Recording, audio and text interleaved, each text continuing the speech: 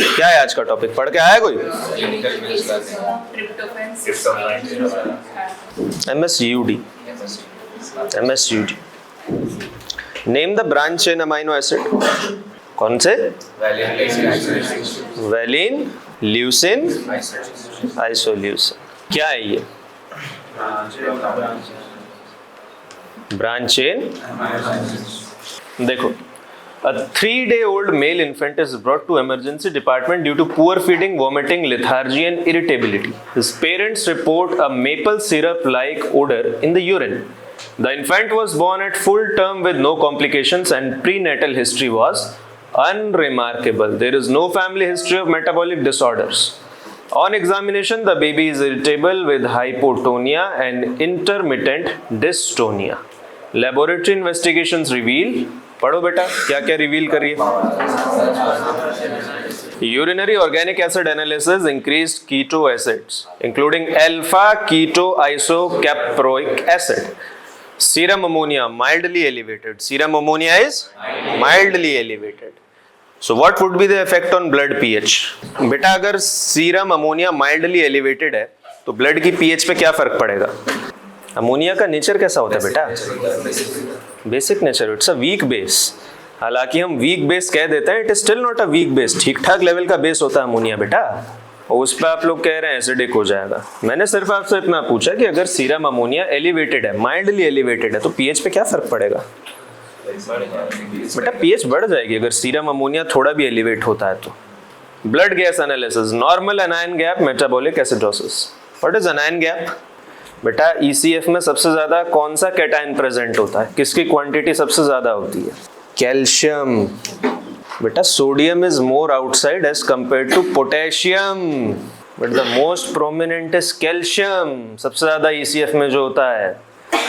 Anion gap क्या होता है? मैंने उस दिन भी एक्सप्लेन किया था बेटा. बॉडी में 500 तरह के कैटायन्स होते हैं, 500 तरह के एनायन्स होते हैं, बाहर भी और अंदर भी. हम सबको एट अ टाइम मेजर नहीं कर सकते. याद आ रहा है? तो व्हाट डज दैट मीन कि जितने मेजर कैटायन्स और एनायन्स बाहर हैं सेल के और सेल के अंदर हैं, हम बस उन्हें मेजर कर लेते हैं. बाहर कौन कौन से होते हैं? कैल्शियम, सोडियम, क्लोराइड और बाइकार्बोनेट. इन सबको मेजर कर लेते हैं, कैटायन्स एंड एनायन्स. उसी तरह सेल के अंदर कौन कौन से प्रोमिनेंट कैटायन्स और एनायन्स होते हैं? Potassium, magnesium, organic acids. Technically तो क्या होना चाहिए बेटा? मेम्ब्रेन के इस तरफ और उस तरफ चार्ज का बैलेंस रहना चाहिए, और वो होता भी है. लेकिन वो बैलेंस कैलकुलेट करने में आपको 500-600 पैरामीटर्स चेक करने पड़ते हैं. तो 500-600 चेक करने के बजाय बेटा आप सिर्फ 5-6 मेजर चेक कर लीजिए. उसमें क्या आता है बेटा? एक 9 to 11 या अप टू 12 एक इतना एक चार्ज का गैप आता है, विच इज अनमेजर्ड कैटायन्स एंड एनायन्स. बेटा उसे कहते हैं anion gap. Plasma glucose level कितना है? देखो normal. It is normal. What is the normal level of plasma glucose? 70 as per WHO. Newborn screening abnormal for branch chain amino acids. Repeat करो बेटा, कौन कौन से ब्रांच चेन अमाइनो एसिड होते हैं? Valine, leucine, isoleucine. डायग्नोसिस देखो बेटा क्या है? MSUD. क्या है?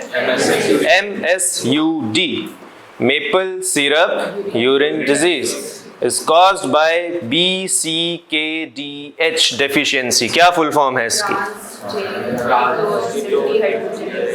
Branch chain keto acid dehydrogenase deficiency. It is a complex. It is a complex. Complete complex होता है बेटा. ये क्या होता है? कंप्लीट कॉम्प्लेक्स होता है. एंजाइम्स का कॉम्प्लेक्स होता है.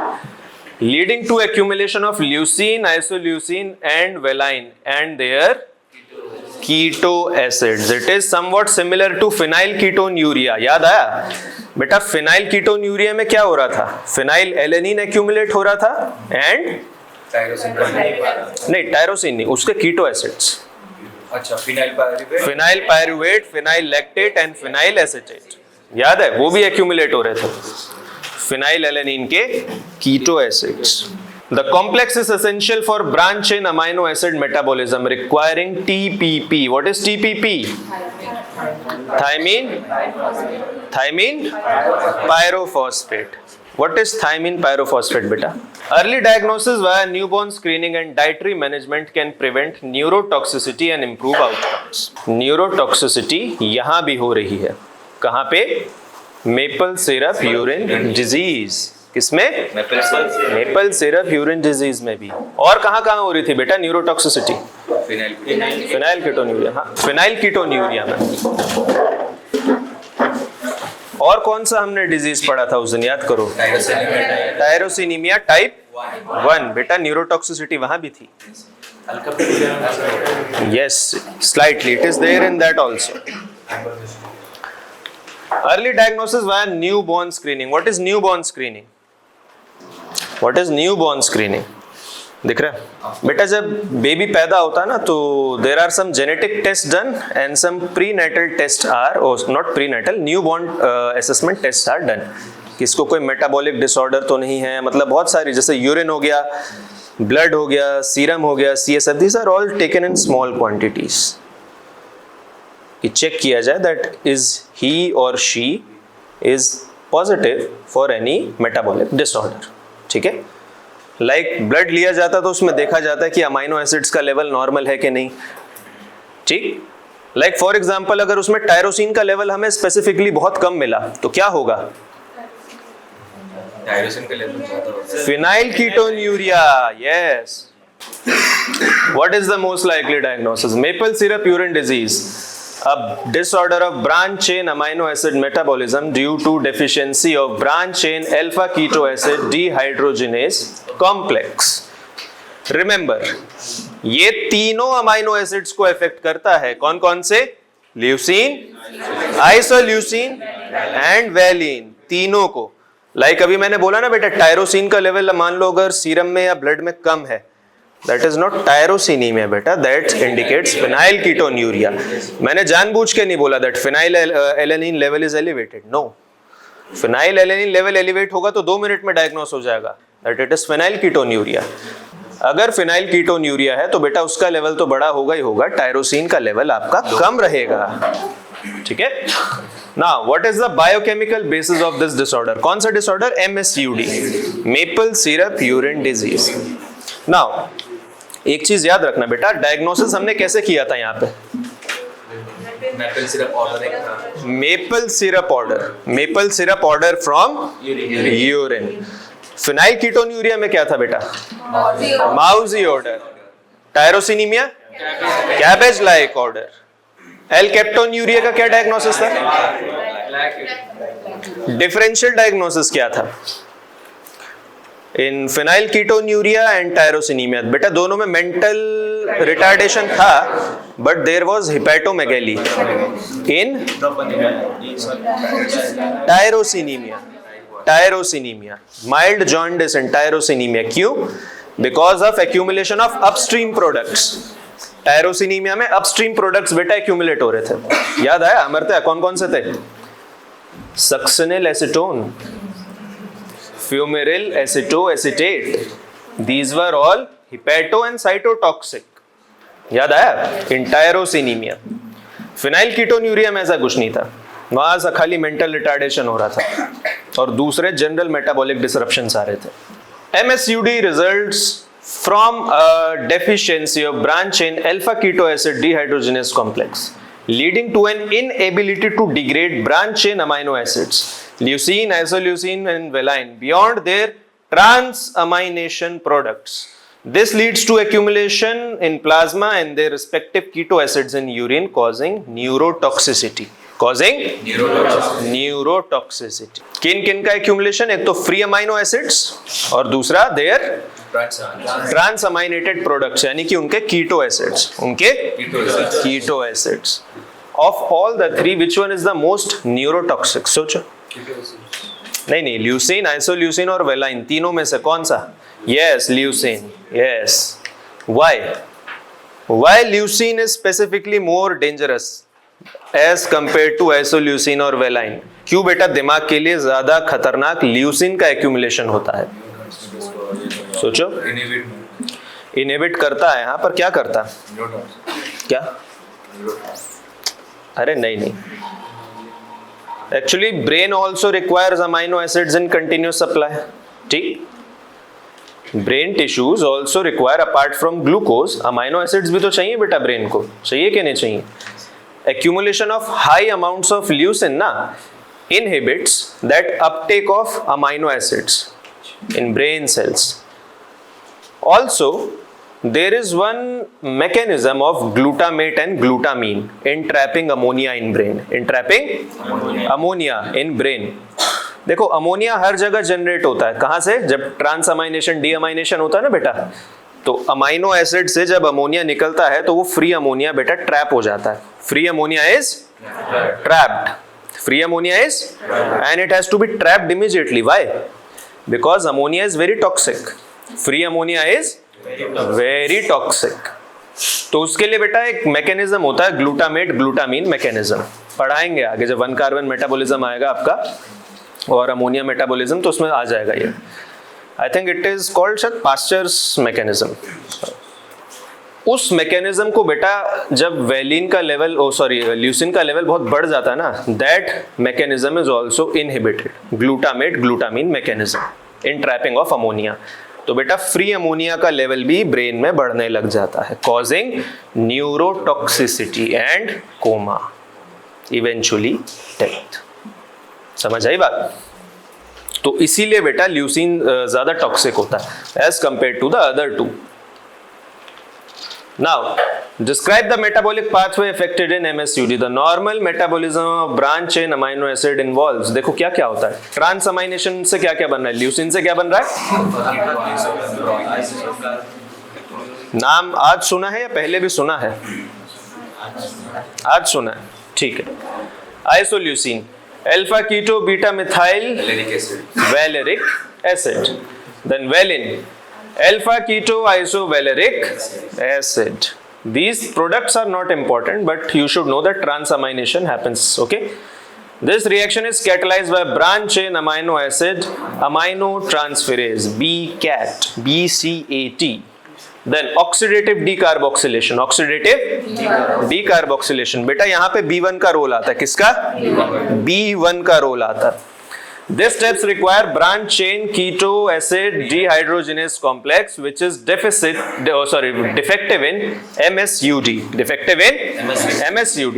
The reaction requires thiamine pyrophosphate, vitamin B1, lipoic acid, coenzyme A, FAD and NAD। एक चीज सोचो बेटा, अगर कोई बंदा सफर कर रहा है फ्रॉम MSUD,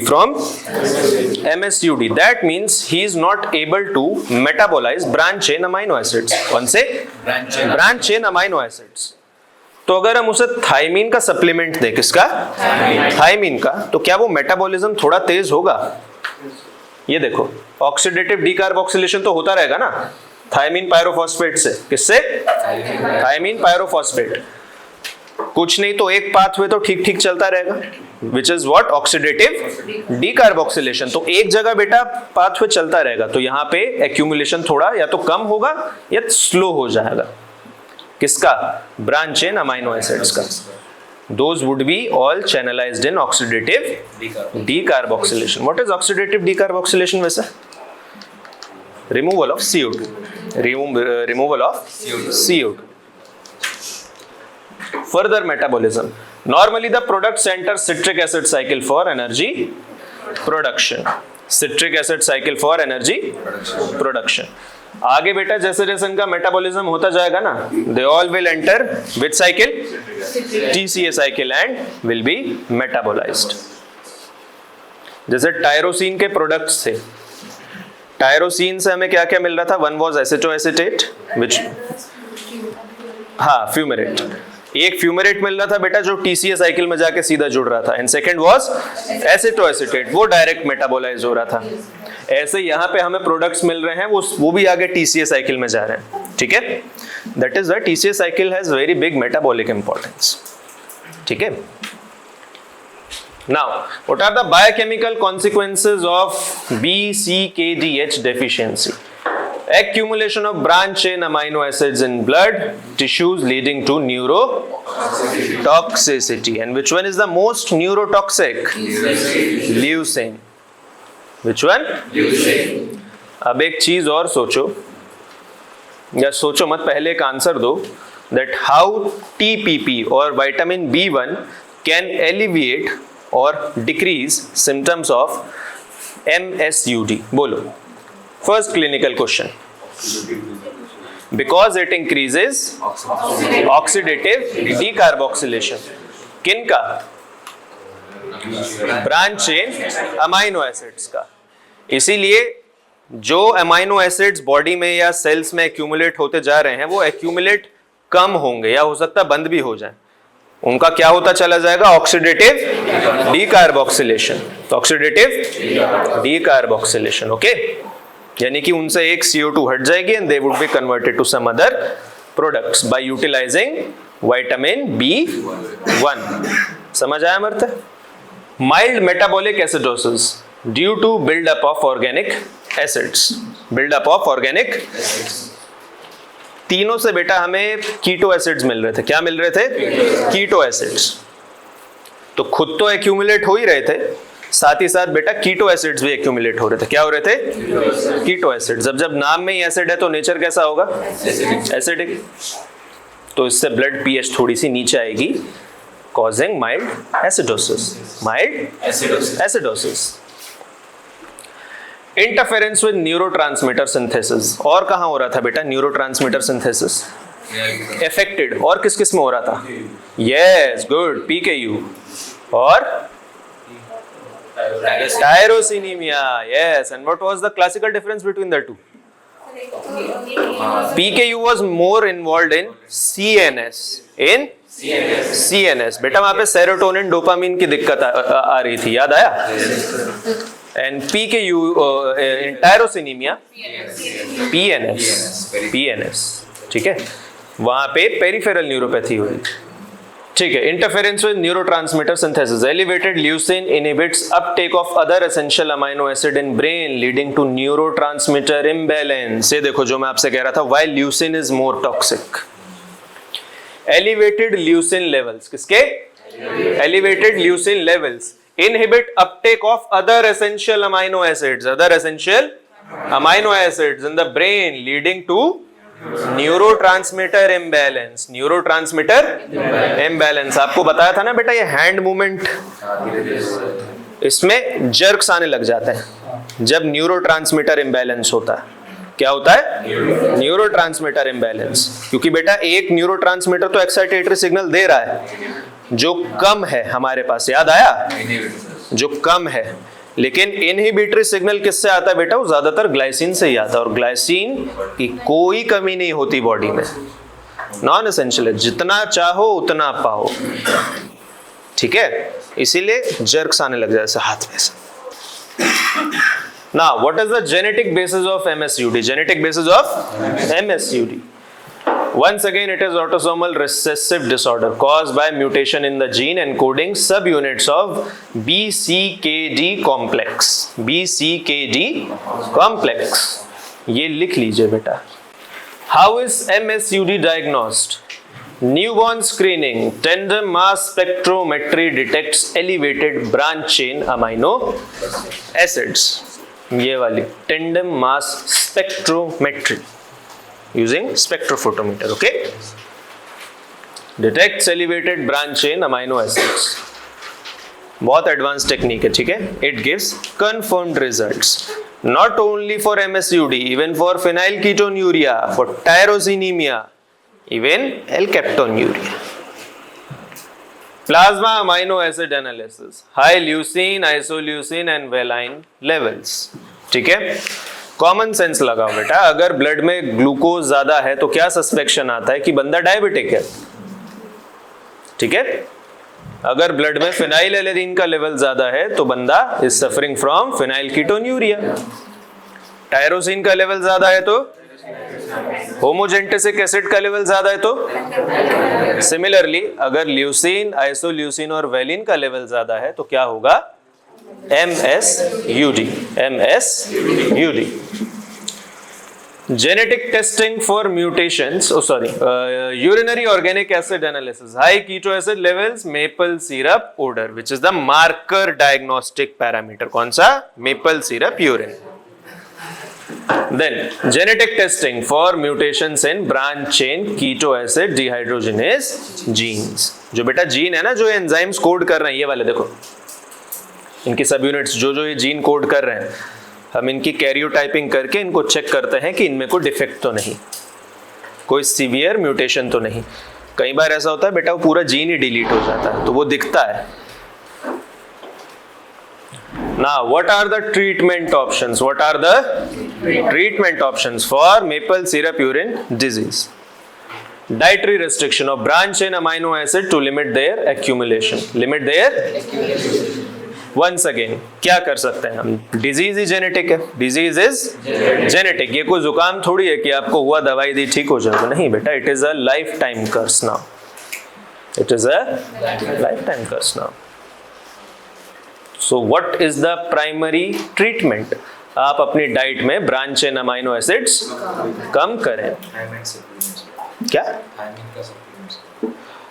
गुड गुड. नीचे लिखा है,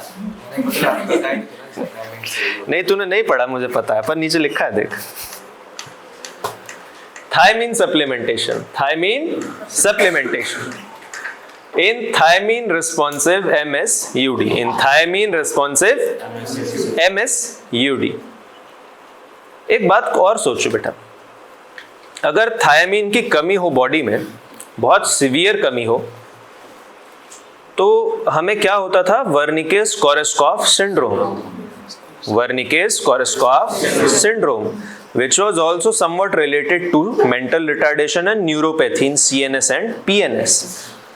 तो बेटा कुछ माइल्ड सिम्टम्स MSUD के उसमें भी आपको देखने को मिलेंगे. You will not see maple syrup urine in that, but accumulation of these amino acids can cause mental retardation and neuropathy. Okay, क्यों होंगे एक्यूमुलेट? बिकॉज थायमीन की कमी में बेटा इनका ऑक्सीडेटिव डीकार्बोक्सिलेशन कम हो जाएगा. क्या हो जाएगा? ऑक्सीडेटिव डीकार्बोक्सिलेशन कम हो जाएगा. इसीलिए बेटा थायमीन का सप्लीमेंटेशन दिया जाता है. किसका? किसमें? MSUD में. MSUD में वी गिव थायमीन सप्लीमेंट्स, ताकि अगर एक्यूमुलेट ना हो, they should get oxidative decarboxylation. They should be in which pathway? Oxidative decarboxylation. Oxidative decarboxylation हो जाए. थायमीन देते रहिए, ऑक्सीडेटिव डिकार्बोक्सिलेशन कराते रहिए, ताकि एक्यूमुलेट मान लीजिए अगर हो भी रहे हैं तो पहले 100 यूनिट हो रहे थे, अभी सिर्फ 10 हो, इफेक्ट कम आएगा थोड़ा. कई बार तो होता है कि नहीं भी होते. That can be alleviated. Frequent carbohydrate intake to prevent catabolism and minimize amino acid breakdown. Yes, this is a very important point. देखो बेटा, frequent carbohydrate intake to prevent catabolism and minimize amino acid breakdown. सोचो, if a person is starving for one whole day, उसने कुछ नहीं खाया, after 15 to 18 hours बेटा glycogen levels आपके deplete हो जाएंगे. क्या हो जाएंगे? उसके बाद धीरे धीरे ग्लूकोनियोजेनेसिस आपका स्टार्ट होगा. क्या स्टार्ट होगा? ग्लूकोनियोजेनेसिस. हालांकि वो बहुत पहले से स्टार्ट हो गया होगा, लेकिन उसका रेट आफ्टर 15 to 18 आवर्स बहुत तेजी से स्पाइक करता है when glycogen stores are depleted. ठीक है, तो बेटा वो कहां से बनता है? That glucose from amino acids. From amino acids. और वो अमाइनो एसिड्स कहां से आ रहे हैं बेटा? सोचो, मसल्स से, मसल्स के ब्रेकडाउन से. तो जब मसल्स का ब्रेकडाउन होगा तो ऐसा तो है नहीं कि खाली ग्लाइसिन, एलेनिन और ये सब ही निकलेंगे बेटा. वहां से ल्यूसिन भी निकलेगा, आइसोल्यूसिन भी निकलेगा और वैलिन भी निकलेगा. तीनों निकलेंगे. And their level will increase in blood. Level will increase in blood. तो अगर कोई बंदा MSUD से सफर कर रहा है और स्टारवेशन से उसके ब्लड में इन ब्रांच चेन अमाइनो एसिड्स का लेवल बढ़ रहा है, तो बेटा उसके सिम्टम्स और ज्यादा खराब नहीं हो जाएंगे? इसीलिए उसे फ्रीक्वेंटली कार्बोहाइड्रेट मील्स लेनी पड़ेंगी, ताकि किसी भी स्टेज पे मसल ब्रेकडाउन ना हो. मसल ब्रेकडाउन ना हो. क्या आप कोई और ऐसा डिसऑर्डर बता सकते हैं जहाँ पे फ्रीक्वेंट मील्स हमको खानी चाहिए? हम ही लोगों ने डिस्कस किया है, पेपर में भी आया है। यस, मंडल साहब बोलिए ना जोर से, ठीक तो बोल रहे थे। यस, वॉन गिर्क्स डिसऑर्डर बेटा, बोला करो यार कॉन्फिडेंस के साथ। ठीक बोल रहे थे, वॉन गिर्क्स डिसऑर्डर। क्यों? क्योंकि बेटा वहां पे खाने के बाद तो आपका प्लाज्मा ग्लूकोज लेवल नॉर्मल रहता है, पर जो ग्लाइकोजन स्टोर्ड है बॉडी में, the glycogen which is stored in body is not able to get broken down into glucose, और ब्लड ग्लूकोज लेवल वहां पे रेगुलेट नहीं हो पा रहा। ठीक है, तो दो आपको ऐसे डिसऑर्डर मिल गए, one is von Gierke's and second is MSUD, जिसमें आपको फ्रीक्वेंट मील्स लेनी पड़ेंगी। हालांकि दोनों का एकदम अलग है, वहां पे अलग आपका जिसे कहना चाहिए वजह है, यहाँ पे बिल्कुल अलग है। Hemodialysis or exchange transfusion in severe metabolic crisis. Okay, liver transplantation as potential curative option in severe cases. What are the long-term complications if untreated? What are the long-term complications if untreated? Severe neurological damage due to neurotoxicity. Especially thanking which one? Leucine. Developmental delay and intellectual disability. ये और किसमें था बेटा? और yes, फिनाइलकीटोन्यूरिया में ज्यादा था। Recurrent metabolic crisis leading to coma and death. So it is a very severe disorder. Okay, समझ आया? मेपल सिरप यूरिन डिजीज कहाँ दिक्कत होती है इसमें? Branch chain alpha keto alpha keto isocaproic acid नहीं, वो तो प्रोडक्ट होता है। Yes, branch chain alpha keto acid dehydrogenase complex. ठीक है, which is the most prominent diagnostic criteria in this? Urine में मेपल सिरप जैसी ओडर बर्न्ड शुगर की स्मेल। बेटा किसी ने गुड़ देखा है कभी बनते हुए? आयुष हरियाणा से ही है ना? अरे ऐसा मत बोल यार। तवर, हाँ गाजर सिवान, तवर देखा है ना? हाँ, उसमें कैसी खुशबू आती है, मीठी मीठी सी, देखा नहीं? People who are from Maharashtra and western Maharashtra and Uttar Pradesh and that too western Uttar Pradesh, they know that smell of gur. देखिए ना कैसी मीठी सी खुशबू आती है। MSUD में, मेपल सिरप यूरिन डिजीज में बेटा वही आती है। इसका रीजन पता क्या है? आप लोगों ने जब रोथेरास टेस्ट लगाया होगा, कौन सा टेस्ट? रोथेरास टेस्ट। बेटा अगर आपने वो सैंपल सूंघ के देखा होगा कीटोन बॉडीज का, उसमें बड़ी अच्छी सी खुशबू आती है। कैसी खुशबू? हाँ, फ्रूटी स्मेल कह लो, या बहुत अच्छी सी खुशबू आती है। Ketone bodies are always very pleasant to smell, very pleasant to smell. इसीलिए बेटा यहाँ पे जो बर्न शुगर की स्मेल आती है ना, वो बड़ी अच्छी सी लगती है। Why? Because the person is also excreting a large amount of ketone acid, keto acids. ठीक है, ल्यूसीन, आइसोल्यूसीन, वेलाइन तो है ही बेटा, उनके कीटो एसिड्स भी यूरिन में एक्सक्रीट हो रहे हैं। एक और बात आपको बता दूं, अगर आप इस यूरिन सैंपल का रोथेरास टेस्ट लगाएंगे ना, कौन सा test? It will come positive, it will come positive. तो नेक्स्ट टाइम अगर आपका रोथेरास टेस्ट पॉजिटिव आए तो कौन कौन से क्लिनिकल पैथोलॉजीज आप लिख सकते हैं? सबसे पहले तो डायबिटिक कीटोएसिडोसिस, कीटोसिस भी आप लिख सकते हैं, सिंपल कीटोसिस भी होता है, और कीटोन्यूरिया तो रीजन है, उसकी वजह जाननी है हमें, कीटोन्यूरिया क्यों हो रहा है, दैट इज क्लिनिकल। उसके बाद आप ये भी लिख सकते हैं MSUD, आप बोल सकते हैं ये। अगर आपको MSUD अच्छे से आता है ना, if you are comfortable in this, आप वाइवा में सीधा बोलिए सर MSUD। फिर वाइवा उसी पे होगा, फिर अच्छे से आप वाइवा दीजिएगा and that thing would be over, क्योंकि एग्जामिनर को पता चल जाएगा मेटाबॉलिज्म आता है apart from this clinical practice. Next case. A 25-year-old male presents to outpatient department with progressive muscle weakness, fatigue, skin rashes and episodes of diarrhea. Over the past few months, he reports experiencing irritability, depression, occasional confusion. On examination, he has hyperpigmented rash in sun-exposed area, mild ataxia and angular stomatitis. Past medical history: no known chronic illness, vegetarian diet with poor protein intake, no history of alcohol abuse. Laboratory findings: serum tryptophan level low, urinary excretion of xanthurenic acid after tryptophan load test increased. क्या? Increased. Serum niacin, vitamin B3 is urinary 5-hydroxy indole acetic acid normal.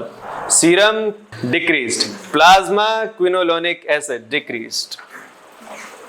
Plasma quinolonic acid decreased. क्या है बेटा ये? What is the likely diagnosis बेटा? This patient is suffering with pellagra due to impaired tryptophan metabolism. Due to impaired tryptophan metabolism. These are the traps that are set up by the examiner बेटा. मुझे पता है 100 में 90 नहीं, 100 में 100. इस class में तो मैं कैसा 100 में 100 हार्टनर लिख के आएंगे. ऐसे छोटे छोटे ट्रैप्स होते हैं बेटा. Caused by nutritional niacin deficiency or a defective pathway. ठीक? What is niacin? Vitamin. And what is the coenzyme or active form? अरे क्या बोलते हैं उसे? अरे शॉर्ट फॉर्म क्या होती है उसकी, वही तो पूछ रहा हूँ. हाँ, NAD, NADP. B3 की बेटा एक्टिव फॉर्म क्या है? NAD, NADP, NADPH. These are all active forms बेटा, enzymatic coenzyme forms. What is the biochemical role of tryptophan in body? Tryptophan is essential amino acid with key metabolic fates. Please pay attention here. Niacin synthesis via kynurenine pathway. Tryptophan is converted into kynurenine, then 3-hydroxykynurenine, and eventually into quinolinic acid, a precursor for NAD, NADP synthesis. क्या समझ आया बेटा? बस ये देख लो और ये देख लो. ट्रिप्टोफन से बेटा क्या बन रहा है? क्या बन रहा है? नायासिन. क्या बन रहा है? नायासिन. और नायासिन की कोएंजाइम या एक्टिव फॉर्म क्या होती है बेटा? ये. समझ आया? बीच का आपसे कोई कुछ नहीं पूछेगा. कौन सी साइकिल आई थी बेटा ड्रॉ करने के लिए apart from Wald's visual cycle?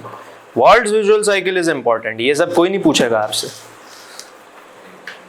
ये सब कोई नहीं पूछेगा. पता क्यों?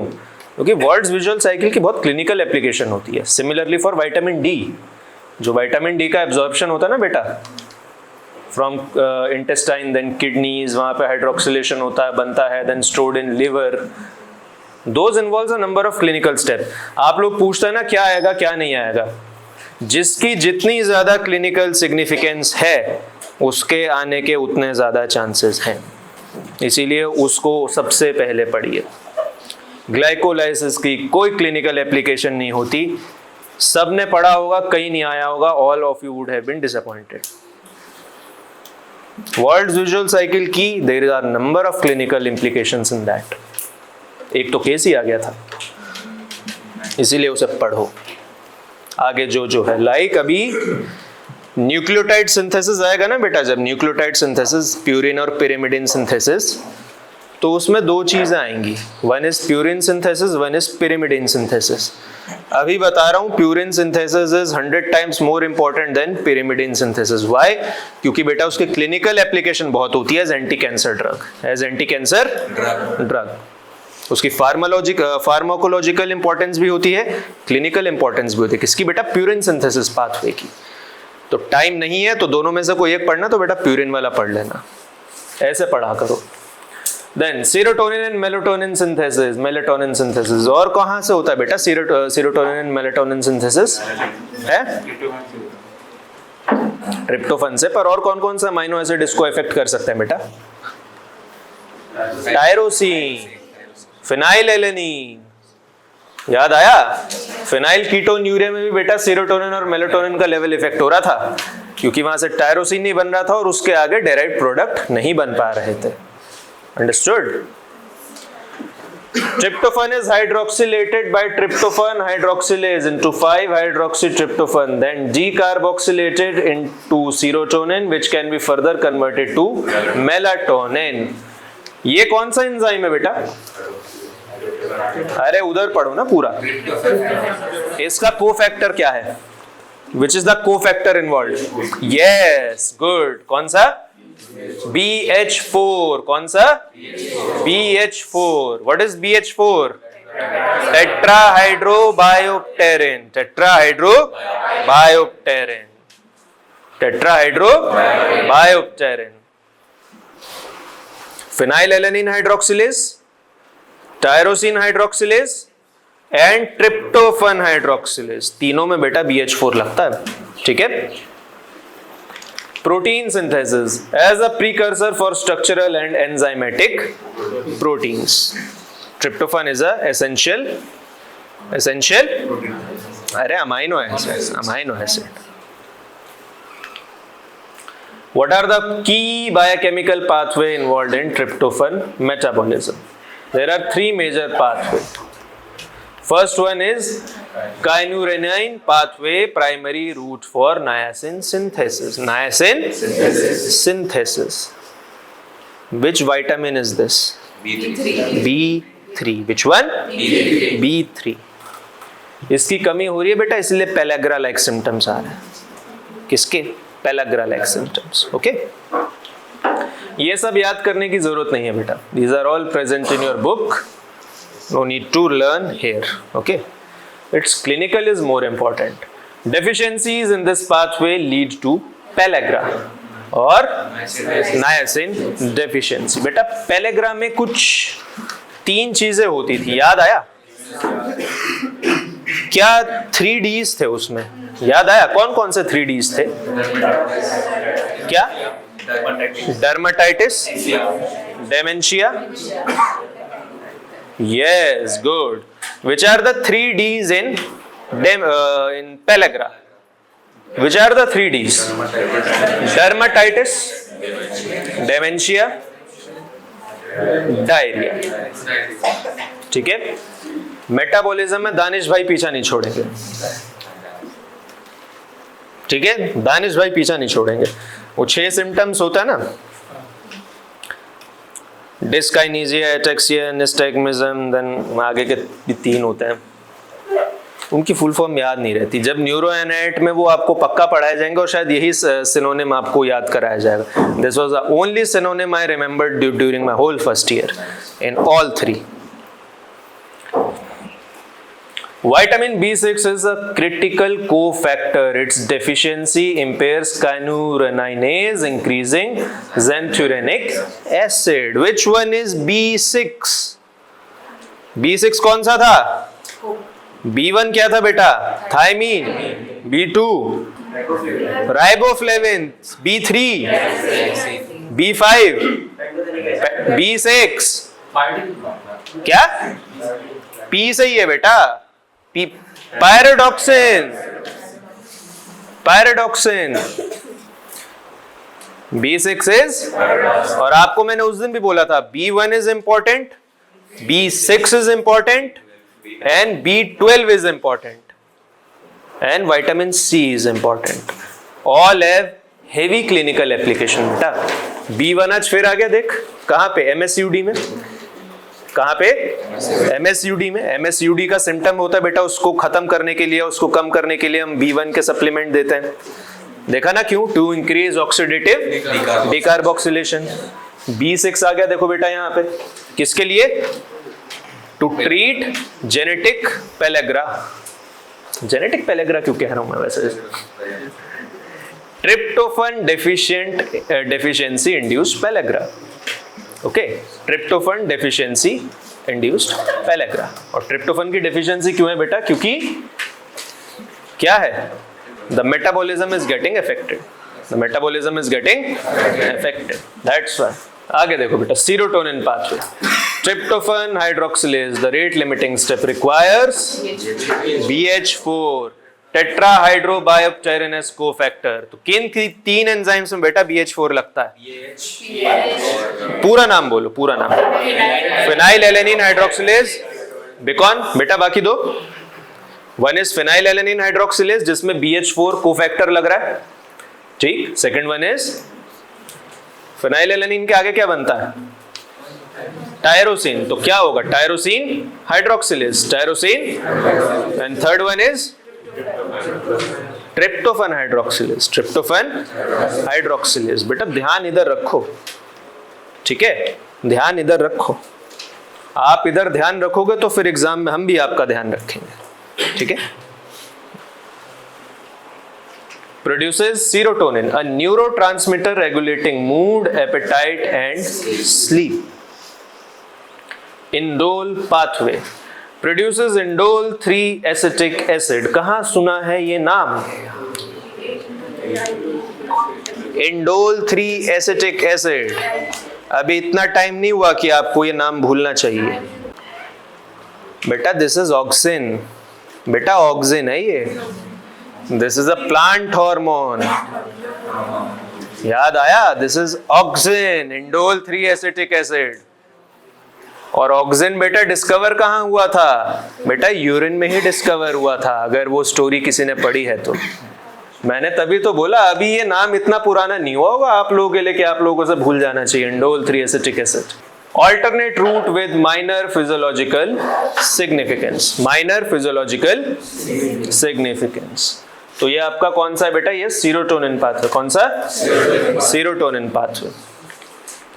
Then what are the biochemical defects can lead to similar symptoms? Similar symptoms। ये अब आएगा बेटा, ये कौन सा आपका? Heart nerve disease. Defective tryptophan absorption, defective tryptophan absorption. बेटा ये मेटाबॉलिज्म में दिक्कत है, वहां ट्रिप्टोफन के एब्जॉर्प्शन में ही दिक्कत है, एक स्टेप और पीछे दिक्कत है। Cause mutation in SLC 6A19 gene. कौन सा gene? Neutral amino acid transporter defect, neutral amino acid transporter defect. Amino acid बेटा इंटेस्टाइनल वॉल से सीधा एब्जॉर्ब नहीं हो जाते, अमाइनो एसिड्स सीधा एब्जॉर्ब नहीं हो सकते। There are specific mechanisms, there are specific mechanisms like body में बहुत तरह की शुगर्स होती है जो एब्जॉर्ब होनी चाहिए, नहीं होनी चाहिए, ठीक।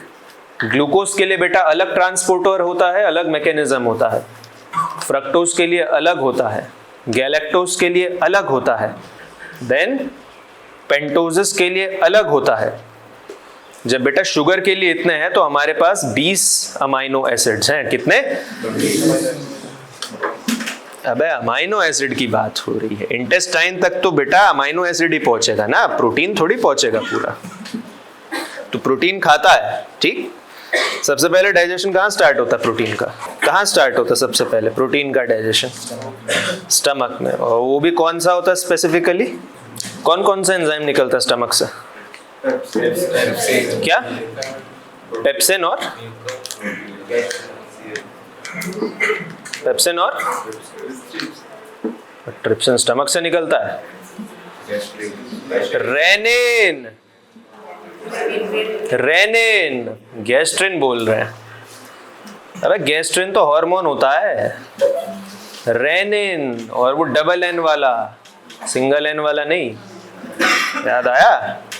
पेप्सिन और रेनिन। इसलिए मिल्क, केजीन और दूसरे कोएगुलेटिंग प्रोटीन्स होते हैं ना बेटा, उन पे एक्शन तेज होता है। जो कार्बोहाइड्रेट कह रहा हूँ, कार्निवोरस होता है ना, कार्निवोर्स, जानवर, उसका रीजन होता है बेटा उनकी एलिमेंट्री कैनाल छोटी होती है और हर्बीवोर्स की और हम लोगों की एज कम्पेयर लंबी होती है। ये बहुत बहुत छोटी छोटी चीज है बेटा, दोनों बेसिक क्लियर नहीं है यार त्रिपाठी, ऐसे कैसे काम चलेगा। तो the thing of the matter is बेटा न्यूट्रल अमाइनो एसिड्स जो होते हैं ना उनका absorption mechanism is different. Acidic amino acids have that absorption mechanism different. Basic amino acids have different absorption mechanism. तो हार्टनप डिजीज में क्या होता है बेटा, म्यूटेशन आ जाती है इस जीन में, कौन सा पढ़ो इसे, जो एनकोड करता है क्या, neutral amino acid transporter proteins. Neutral amino acid transporter proteins. अब जब बेटा वो ट्रांसपोर्टर प्रोटीन्स नहीं होंगे तो न्यूट्रल अमाइनो एसिड्स इंटेस्टाइन से ब्लड में आएंगे नहीं। जब बेटा ब्लड में आएंगे नहीं तो क्या होगा, उनकी डेफिशिएंसी हो जाए। क्या हो जाएगा, डेफिशिएंसी। तो बेटा वहां से होता है हार्टनप डिजीज। कौन सा, Hartnup disease. Effect, tryptophan is poorly absorbed in intestine and reabsorbed in kidneys. Tryptophan, low tryptophan availability for NAD synthesis. Lab finding, increased urinary excretion of neutral amino acid. Then B part is vitamin B6 deficiency.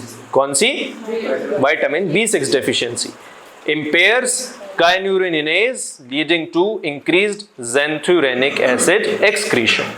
Seen in alcoholics, malnutrition, prolonged isoniazide therapy. Okay. Then next part is carcinoid syndrome.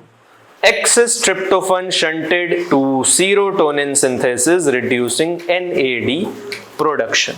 तो बेटा 3 जगह से आपको alternate symptoms मिल सकते हैं।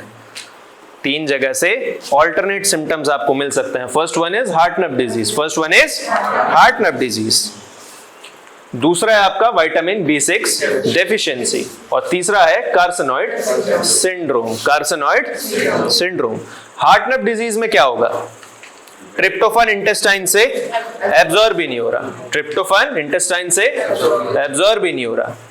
Okay, क्यों नहीं absorb हो रहा, क्योंकि जो कैरियर प्रोटीन है ना जो ट्रिप्टोफन को एब्जॉर्ब कराता है इंटेस्टाइन से, it is not being produced.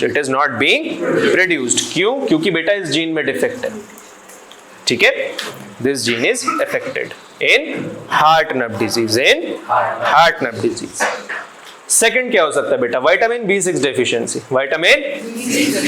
Deficiency. पीछे देखा था ना, Vitamin B6 is a critical cofactor. Its deficiency impairs kynureninase, increasing xanthurenic acid. ठीक है, pyridoxine, कौन सा, pyridoxine। B6 की डेफिशिएंसी होगी तो भी बेटा ये सारा मेटाबॉलिज्म आपका हैम्पर हो जाएगा।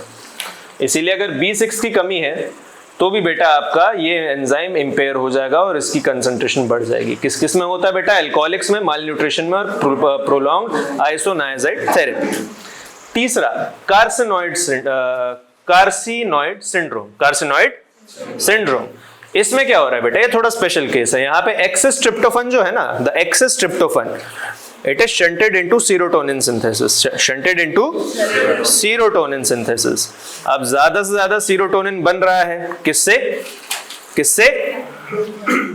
बन रहा है बेटा सीरोटोनिन, ट्रिप्टोफन से।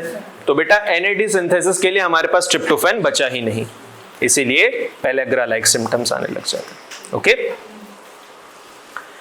Symptoms, flushing, diarrhoea, wheezing. Lab findings, increased 5-HIAA in urine. Once again, indole acetic acid. Now, why does this patient have neurological symptoms? एक बात देखिए, अमाइनो एसिड एक्यूमुलेशन से या डेफिशिएंसी से आपके न्यूरोलॉजिकल सिम्टम्स बहुत develop हो रहे हैं। लाइक इन PKU, टायरोसिनीमिया, MSUD, सब जगह हो रहा है। यहाँ भी थोड़े थोड़े हो रहे हैं। देखो, नायसिन डेफिशिएंसी, यहाँ तो आप सीधा एक्सप्लेनेशन दे सकते हो, sir the niacin is deficit. तो नायसिन डेफिशिएंसी में 3 Ds कौन कौन से होते हैं, 1 is dementia, dermatitis, diarrhoea. Dementia क्या होता है बेटा, भूल जाना, बार बार भूल जाना बेटा, तो वो न्यूरोलॉजिकल सिम्टम ही तो है एक तरह से। Low NAD, impaired ATP production in neurons, deficiency of serotonin and melatonin, mood disturbance and sleep dysregulation. Okay. What is the treatment strategy? High doses of niacin supplementation. High doses of niacin supplementation. Adequate protein intake, rich in tryptophan, example eggs, dairy, meat and fish. Vitamin B6 pyridoxine supplementation. Remember B6 भी एक बहुत important cofactor है. B6 is also very important cofactor in this. तो B6 का supplements भी लेने चाहिए हमें. Supplementation if deficiency is suspected and UV protection and topical skin care. क्या है ये? Yes, this is the case for 16. This is the case for 16. कैसे पता चला? अच्छा, किडनी स्टोन खाली सिस्टीनूरिया वाले को ही होता है? हाँ? ये भी कोई डिसाइसिव कंक्लूसिव एविडेंस नहीं है बेटा.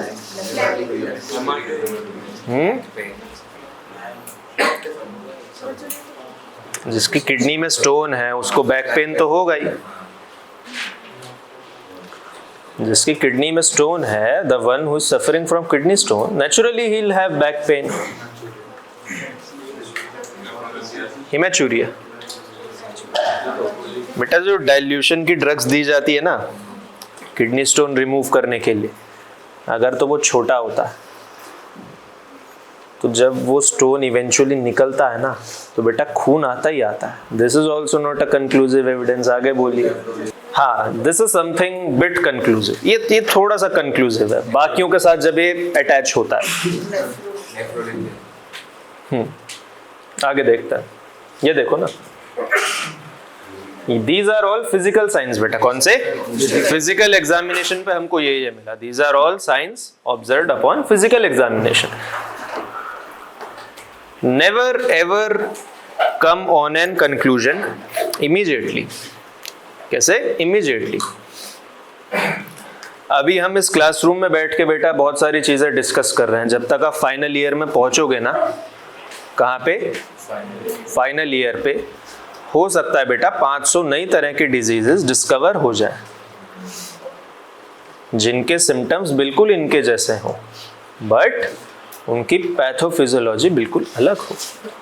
इसीलिए never come immediately on stringent conclusion. बेटा एक कंक्लूजन पे एकदम से नहीं आते.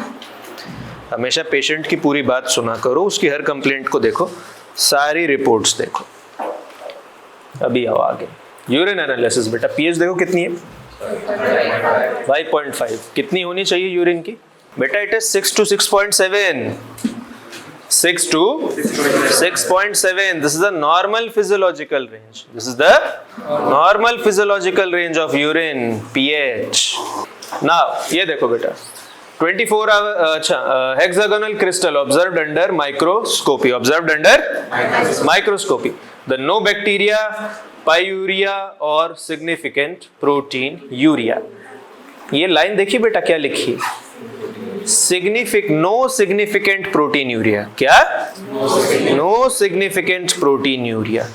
क्योंकि आप लोगों को पता होना चाहिए बेटा, protein is a normal component of urine. It is a normal component of urine up to 200 or some authors also write 250 mg per day. बेटा पूरे दिन में अप टू 250 mg हम एक्सक्रीट करते हैं protein via urine. Some authors write 250, some write 200. Both have different references but both are accepted. तो हम 250 लेके चलते हैं, ठीक है. इसीलिए बेटा यहां लिखा है नो और सिग्निफिकेंट प्रोटीन यूरिया. कोई सिग्निफिकेंट प्रोटीन यूरिया नहीं है, यानी कि 200 या 250 से ज्यादा नहीं है.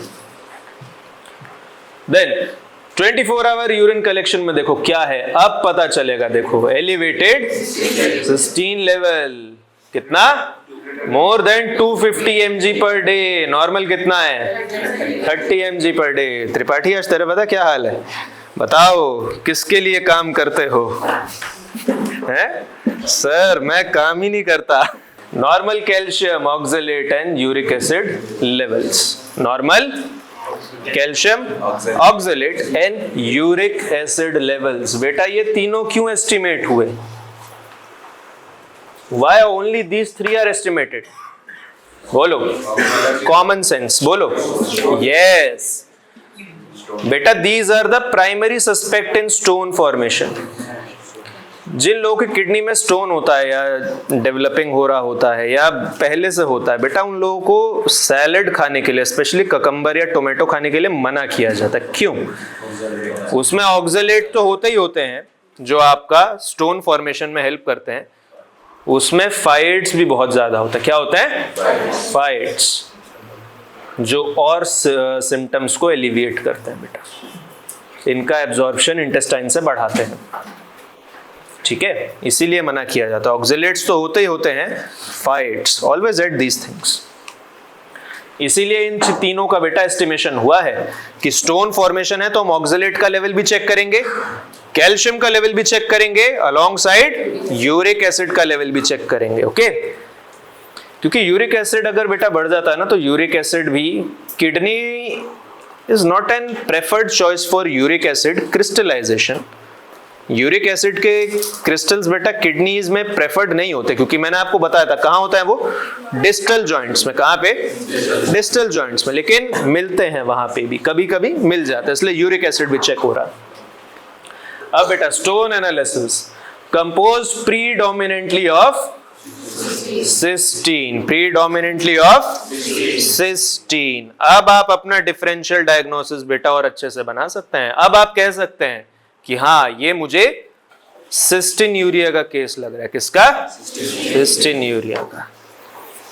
अब आप कहने की कंडीशन में आते जा रहे हैं. ठीक है, आधी रिपोर्ट 5 पन्ने की होती है ना बेटा, 1 पन्ने की रिपोर्ट देख के कभी कंक्लूजन मत निकालना. चाहे उसमें 4 पैथोलॉजीज आपको साफ दिख रही हो, 20 पैरामीटर है पहले पेज पे, 4 में पैथोलॉजी दिख रही है, never come to conclusion in that. Then genetic testing, mutation in SLC3A1 and SLC7A9 gene. Okay. Diagnosis: cystinuria type 1, autosomal recessive disorder affecting the renal, reabsorption of cysteine and diabasic amino acids. What is the special thing about cysteine? Sameer, क्या हुआ बेटा? What is the special thing about cysteine? What is the classical identification feature which differentiates it from other amino acids? Yes, sulfur containing. Cysteine is a sulfur containing amino acids. दूसरा कौन सा होता है? कौन सा? कौन सा? थ्रियोनिन में सल्फर होता है? थ्रियोनिन में सल्फर नहीं होता. Cystine, cystine and methionine, these are sulfur containing. These are. Threonine में क्या होता है? थ्रियोनिन में क्या होता है बेटा? थ्रियोनिन में OH ग्रुप होता है. कौन सा? OH group. एलेनिन में क्या होता है? एलेनिन में कुछ नहीं होता. हाँ, वो काम ही नहीं करता. Pathophysiology and biochemistry. Pathophysiology and biochemistry. देखो बेटा ध्यान से. Cystinuria is a disorder of renal tubular transport due to defective this and this genes. Okay, renal tubular transporter. Hartnup disease में कहां बेटा ट्रांसपोर्ट में दिक्कत थी? इंटेस्टाइन में. कहां पे? इंटेस्टाइन में. वहां पे बेटा हार्टनप डिजीज में ट्रिप्टोफन एब्जॉर्ब नहीं हो रहा था. क्या नहीं एब्जॉर्ब हो रहा था? ट्रिप्टोफन. जिसकी वजह से क्या हो रहा था? नायासिन नहीं बन पा रहा था. क्या नहीं बन पा रहा था? And it was showing pellagra like symptoms.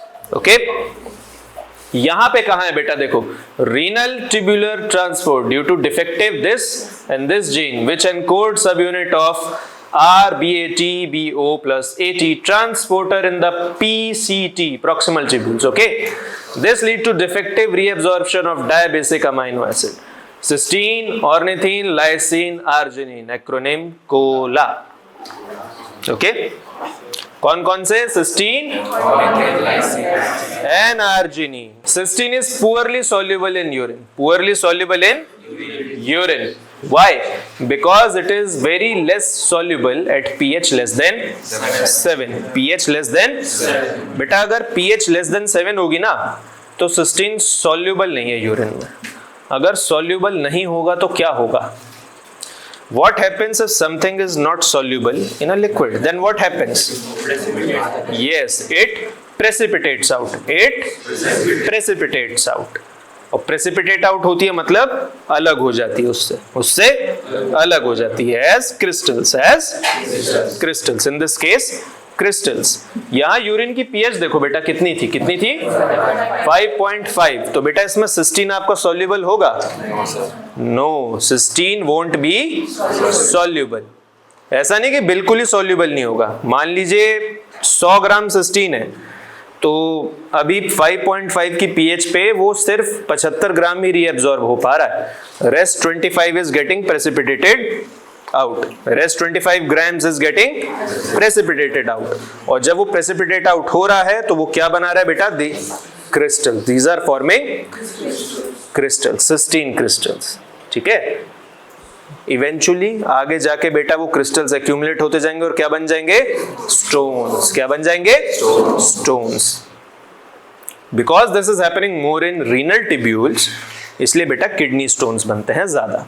Okay, more kidney stones आते हैं.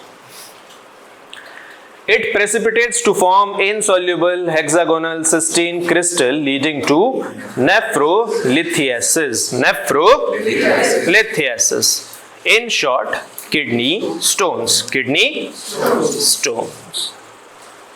Cystine is non-polar and lack charged group, reducing its solubility in water. Cystine के पास क्या होता है? Cystine के पास बस सल्फर ग्रुप होता है. कौन सा? Sulphur group. सल्फर पाउडर डाल के देखिएगा पानी में डिसॉल्व होता नहीं होता ना, तो फिर हाँ ऊपर ही रहता है. दैट डिपेंड सरफेस टेंशन कितनी है. तो जिसमें बेटा सल्फर होगा वो पानी में घुलेगा? मुश्किल से घुलेगा. बहुत मुश्किल से. इसीलिए अगर पीएच ज्यादा नीचे आती चली जाएगी तो बेटा सिस्टीन और ज्यादा प्रेसिपिटेट आउट होता चला जाएगा और उतनी तेजी से आपके नेफ्रोलिथियासिस होता जाएगा, यानी कि किडनी स्टोन बनते जाएंगे. Transporter mutation leads to increased cystine excretion, exceeding its solubility threshold more than 250 mg per liter in urine. तो बेटा ट्रांसपोर्टर में डिफेक्ट है यहाँ पर. Now, genetic and molecular basis, type A, type B. Complete loss of function ऊपर और नीचे देखो यहाँ पे कौन सा? Partial loss of function. Sometimes even asymptomatic. Type A और टाइप बी में डिफरेंस ये है, इसको लिख लो. That in type A it is complete loss of function and in type B partial loss of function, sometimes even asymptomatic. Type A B both mutations are present which is very rare. ये कैसे हो सकता है? सोचो. Chromosome बेटा pair में होता है. कैसे होता है? पेयर में. तो एक क्रोमेटिड में एक म्यूटेशन है, दूसरे क्रोमेटिड में अलग म्यूटेशन है और दोनों कंबाइन करके. That is why it is very rare. पहली बात तो दोनों म्यूटेशन होना एक ही क्रोमोसोम में रेयर है, फिर वो दोनों साथ में कंबाइन कर रहे हैं बेटा, ये उससे भी रेयर है. Once again it is autosomal recessive inheritance. It is autosomal recessive inheritance.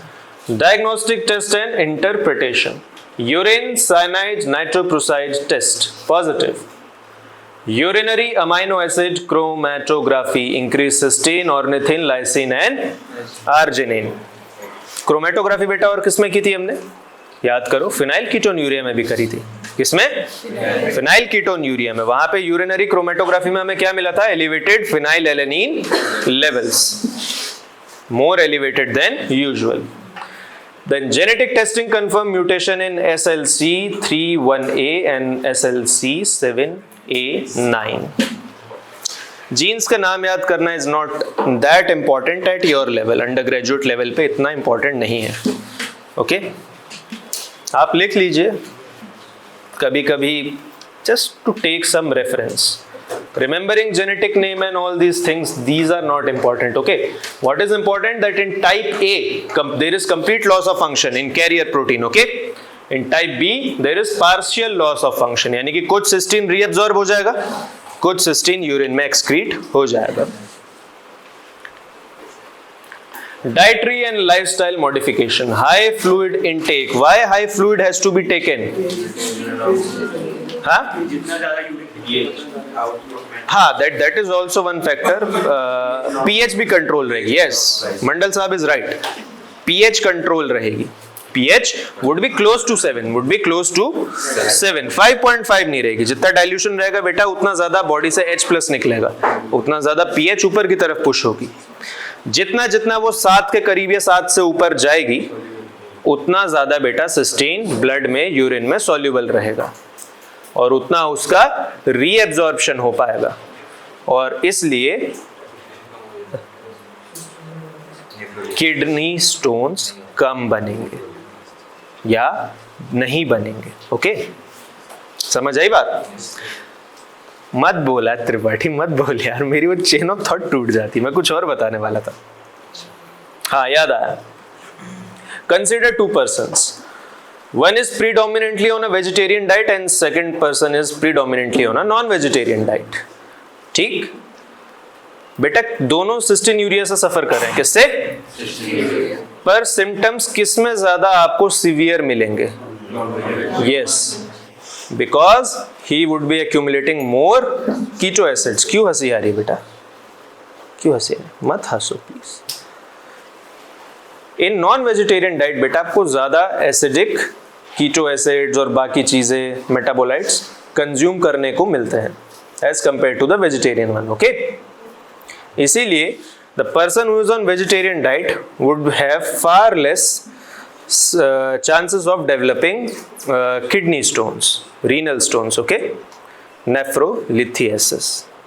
Okay, then alkalinization of urine, pH more than 7.5 using potassium citrate or sodium bicarbonate to increase cysteine solubility.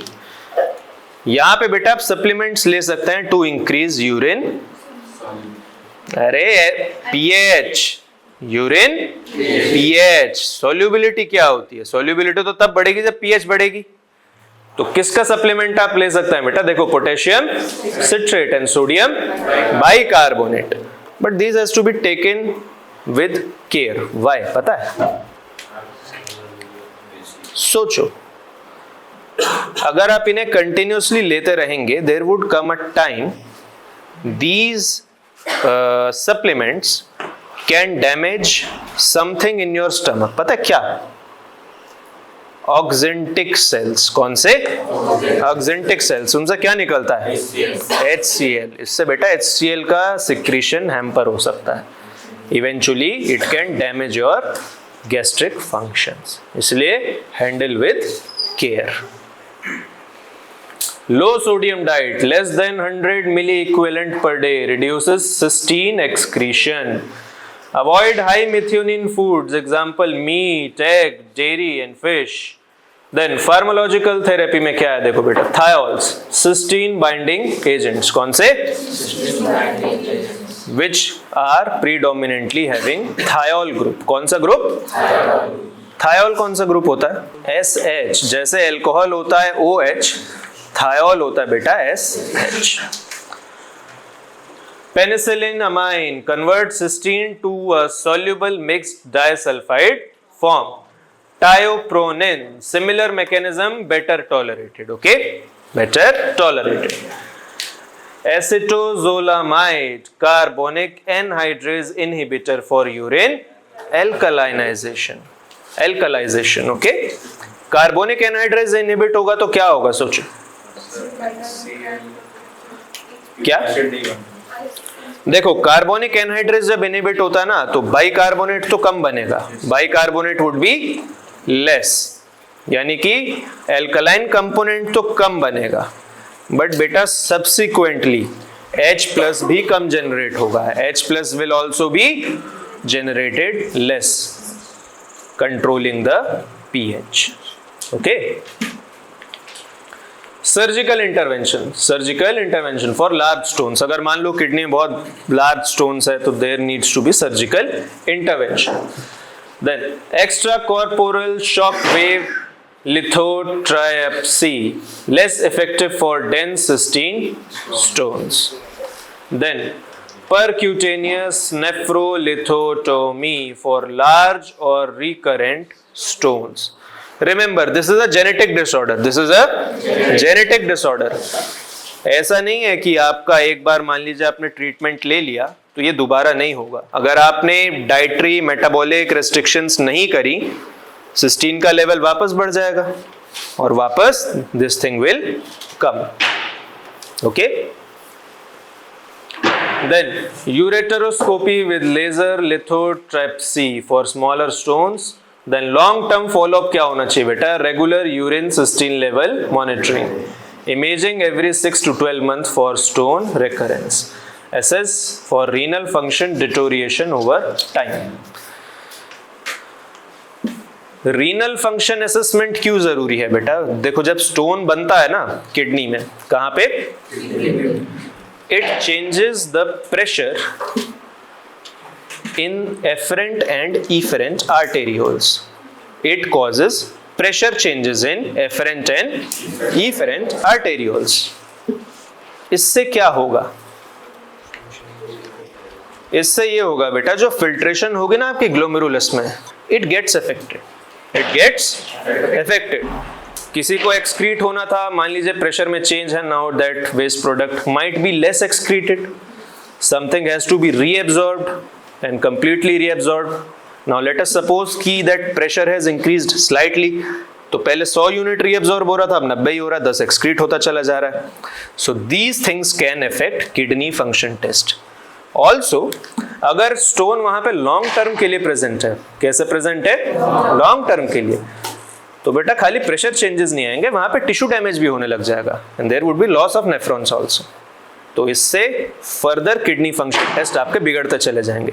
यानी कि आपका urea, creatinine, uric acid और क्या होता है? हिप्यूरिक acid होता है, अगर आप लोगों ने सुना.